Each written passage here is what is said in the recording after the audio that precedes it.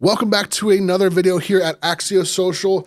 We are in the middle of a series breaking down the different communication channels available to your church.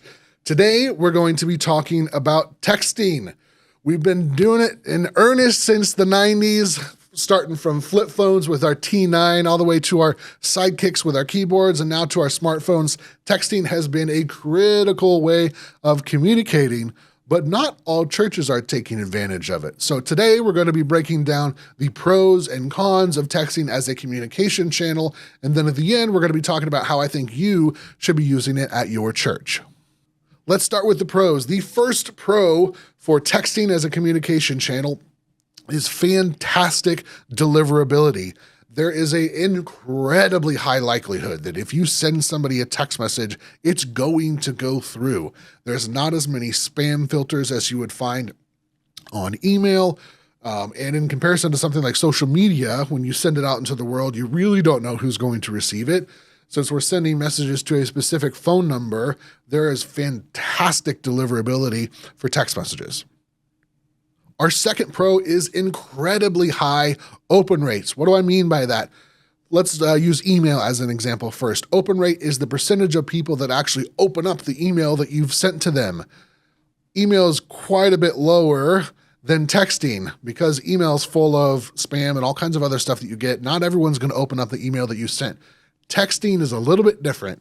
It is the high 90 percentile of text messages that get open. So you can almost guarantee that if you send a text message to somebody that they're going to see that information. They're going to open that text message. They're going to see it, which is a really, really powerful characteristic of this communication channel. The third and final pro is something you've heard me reference in other videos in this series, and it is direct calls to action. What do I mean by that? Essentially, it means that you can send a link, and most of the time that's going to be the call to action in a texting situation, is whatever it is you're asking them to do. It could be sign up for a class, it could be donate, it could be, watch this video of our sermon or subscribe to our podcast, whatever it happens to be. Because you can send a link and they can click on it on their phone, they're not having to take a bunch of extra steps to go do whatever it is you've asked them to do. The call to action can happen directly right then and there because you can send them a link. Let's switch gears and talk about some of the cons of this communication channel. The first one is severely limited space. Now, if you are wordy in the way that you like to communicate, if you would prefer to send super long newsletters or very, very detailed descriptions of the story that you're trying to tell, texting is probably not the right channel for you to use to do that. Keep it short, keep it simple, keep it concise. People don't want to read super long text messages. So when you're considering what you're going to promote through this communication channel, it has to be something that you can communicate in a very short message, or you've got to do the work to shorten it for it to fit this communication channel. Our second and final con for this communication channel is that it requires software, usually paid software. Now, unless you've got a staff member or a volunteer that's willing to individually text all the members of your congregation, please don't do that. It's going to require some specialized software for you to take advantage of this as a communication channel for your church.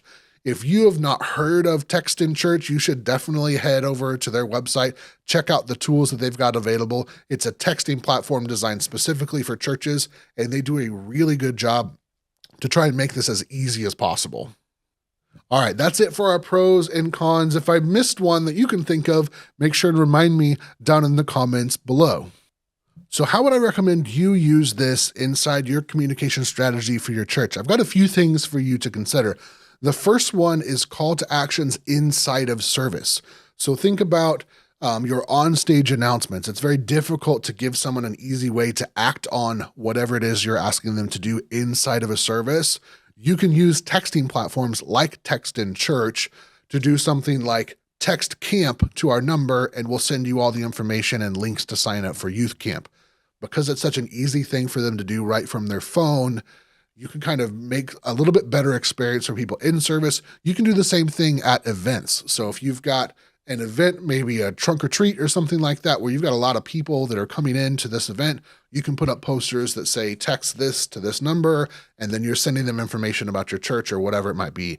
But because texting is available to pretty much everybody, they don't already have to have an app downloaded or anything like that. So people that are not part of your congregation already can interact with this communication channel. The second thing that you should consider using this communication channel for is follow up with first-time visitors. Text in Church has some really great automated tools built into their platform that lets you send automated messages to first-time visitors. So you can say, here's the 7 messages that I would like to send to this person over the next 7 weeks after they visited for the first time. That could be introducing them to interesting information about your church. That could just be reminding them that, like, hey, we're here for you if you'd like prayer. You can kind of design out what you want that experience to look like. But that first-time visitor follow-up is really important, and text messaging is a pretty low barrier way for you to do that. People typically aren't super worried about sharing their phone number with you, right? Because for the most part, companies don't really abuse that too often. Please don't do that. But I think this is an area where this communication channel really shines. My last recommendation would be for closures or severe weather. So if you live in a part of the country where you might have tornadoes or you might have snow or ice concerns that could potentially cause you to either change the time of your service or completely cancel service, text messages are a fantastic way to get that information out because it's a high deliverability rate. It's a short thing that you need to communicate. And you can pretty much guarantee that once you send that out, as long as you've got everybody in that group that you're sending it to, everyone's going to get the information that they need, and they're going to get it in a timely manner. So what did I miss? Is there a way that you're using text messaging at your church that I didn't cover here? Make sure and leave it down in the comments below so that we can learn from each other. That's it for today's video. I hope that you enjoyed it. Make sure and check out the other videos in this series where we're breaking down all of the other different communication channels available to your church. If you would like to learn more about my company and the services we offer, there's links to our website down in the video description below. That's it for today's video. Thanks for watching, and we'll see you next time.